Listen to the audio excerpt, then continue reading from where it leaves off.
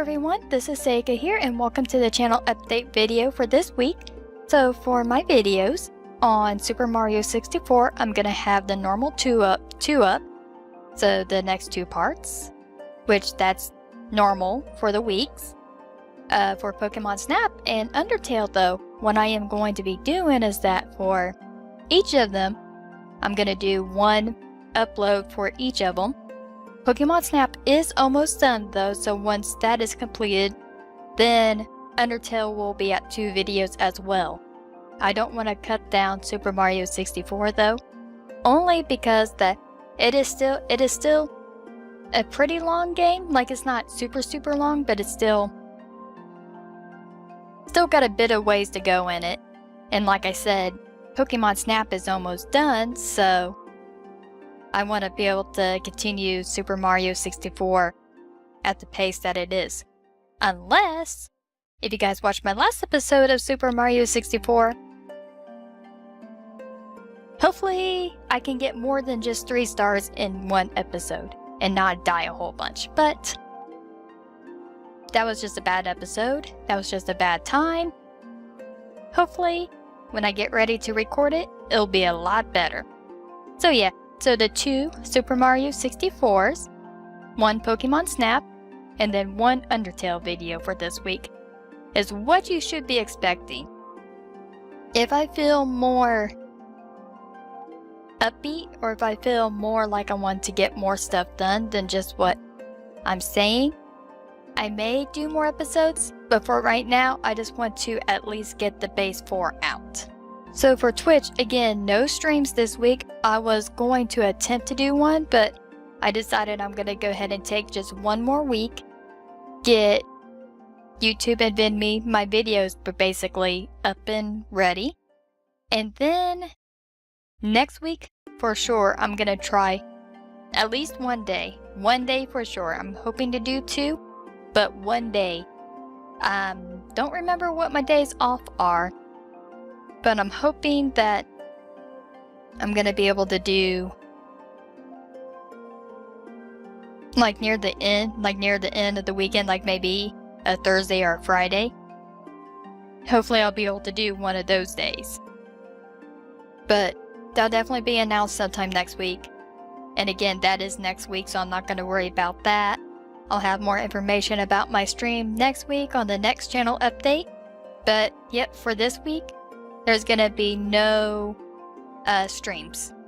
Again, like with the video, if I feel more upbeat and less sicky than I feel right now, because oh my gosh, my girlfriend is sick right now, and I've been feeling kind of off the last few days, and oh my gosh, it is so hard to breathe right now. From talking right now is making it so difficult. And I'm just like, oh no, how am I'm gonna still get my recordings done, definitely. But yeah, trying to get the extra video done and attempting to do a surprise stream this week may be out of the question. But we'll see about that. I just hope I don't get as sick as she is right now, because unfortunately there's something going around the place that we work at. And it's not fun, I can tell you that. I'm already feeling kind of blah. I don't want to feel any more worse than I already am. I'm telling you, being sick is not fun at all. So that is pretty much it for my videos and my streams. What I do want to just mention, just in short, just to mention very briefly, as you guys may know, if you're in the United States, you all know about the FCC, the chairman up there, and of course the Republicans. They are wanting to get rid of net neutrality, which is basically pretty much right now, for 1 low fee of I'm just going to give an estimate of $50 a month, you can have a base internet and be able to go to any place on the internet without the ISP, the internet service providers, being able to throttle your speed if you go to a website they don't like. So say say for some reason Verizon does not like YouTube because it's owned by Google. Well, because of net neutrality, they still have to give you the same speed. Like, they can't throttle your speed just because you go on YouTube. That's because of the rules that are in place right now. But if they get their way and net neutrality gets repealed, basically what's going to happen is that the ISPs, Comcast, AT&T, Verizon, the big name ones, they will basically be able to slow down your internet speed if you go to certain websites, or they can actually block certain areas altogether without no penalty. Which, one, I want to say that's illegal because that's actually limiting our freedom of speech. So I almost, of course, don't hold me to it because I'm not sure if that's correct, because I don't know if it applies to the internet. But, so I almost want to say that could be illegal, but then again, there's been a whole lot of stuff that's been going on that I don't want to get into, because this issue right here is not a Democratic issue, it's not a Republican issue. It's actually pretty much a freedom issue, because if the corporations get their way, they will be able to legally block websites. Say if you're with Verizon, they don't like Fox, they can block Fox, like Fox News from you. If you're on AT&T, they hate CNN or CNN, they can block CNN so you can't get news from there anymore. Or if you want to go to their websites, you would have to pay extra. So instead of that base $50, you would still pay the base. But say you want to go to news websites, $10 more. You want to go to gaming websites, $10 more. Social media sites, $10 more. Suddenly your $50 package is already at $80 if you want to go to those. And that's not including, trying to go to other sites. And to be honest, it scares me. I mean, it honestly scares me that this may succeed. I know there's been attacks on it before, but I never seen it get as close to it as it's gonna be getting this time.